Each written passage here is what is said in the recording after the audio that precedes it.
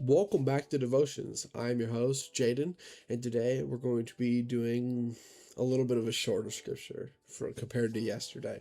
Yesterday's was literally, I think, 66 verses long, and so today's is definitely significantly shorter. And I figured I'd kind of balance it out a little bit, do a long one. Now I'm going to do a short one. So, without further ado, let's get right into the video. All right, so today we're going to be reading from Psalm 10. This is labeled as a song of confidence in God's triumph over evil. All right, here we go. Why standest thou afar off, O Lord? Why hidest thou thyself in times of trouble? The wicked in his pride doth persecute the poor. Let them be taken in the devices that they have imagined. For the wicked boasteth of his heart's desires, and blesseth the covetous, whom the Lord abhorreth. The wicked, through the pride of his countenance, will not seek after God. God is not in all his thoughts. His ways are always grievous. Thy judgments are far above out of his sight. For all his enemies puffeth at them. He hath said in his heart, I shall not be moved, for I shall never be in adversity. His mouth is full of cursing and deceit and fraud. Under his tongue is mischief and vanity. He sitteth in the lurking places of the village. In the secret places doth he murder the innocent. His eyes are privily set against the poor. He lieth in wait secretly as a lion in his den. He lieth in wait to catch the poor. He doth catch the poor, when he draweth them into his net. He croucheth and humbleth himself, that the poor may fall by his strong ones. He hath said in his heart, God hath forgotten. He hideth his face, and he will never see it. Arise, O Lord, O God, lift up thine hand, forget not the humble. Wherefore doth the wicked contemn God? He hath said in his heart, Thou wilt not require it. Thou hast seen it, for thou beholdest mischief and spite, to requite it with thy hand. The poor committeth himself unto thee. Thou art the helper of the fatherless. Break thou the arm of the wicked and the evil man. Seek out his wickedness till thou find none. The Lord is king forever and ever. The heathen are perished out of his land. Lord, thou hast heard the desire of the humble. Thou wilt prepare the heart. Thou wilt cause thine ear to hear. And finally, to judge the fatherless and the oppressed, that the man of the earth may no more oppress. All right, now we'll get into the breakdown. So, this one's a bit, as I said, a bit shorter, but the breakdown is still very explanatory. So, starting with the top. Psalm 10 is a raw lament that moves from deep confusion over apparent injustice to absolute confidence in God's eternal justice. Excuse me. The writer begins by asking why God feels distant during trouble while arrogant people oppress the weak, and finishes with the reassurance that God rules as king and hears the helpless via enduringword.com. The first section is the complaint, where is God? Verses 1 through 11. The opening question. The writer asks why God stands far away and hides her during hard times. And then the pride of the wicked.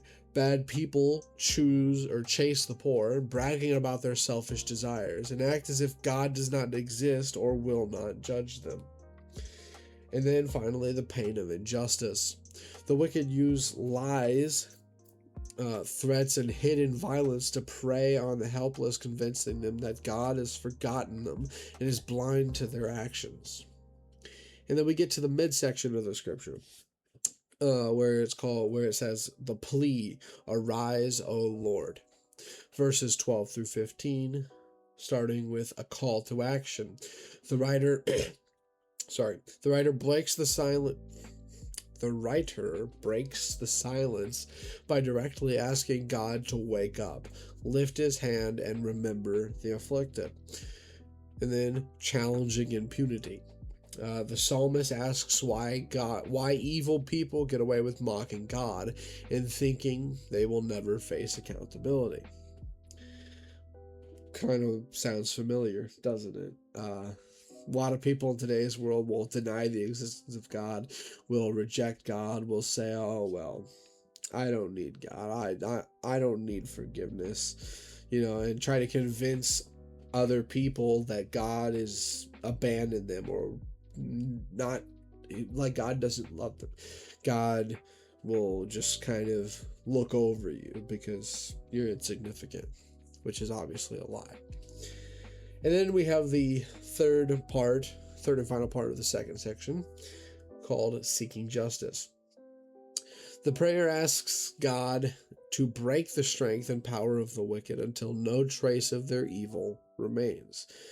Now we move on into the third and final part of the scripture with the confidence.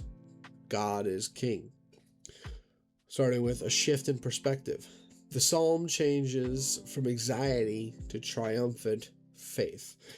Then God sees and hears. The writer affirms that God does see trouble and grief, and that he pays close attention to record and handle it.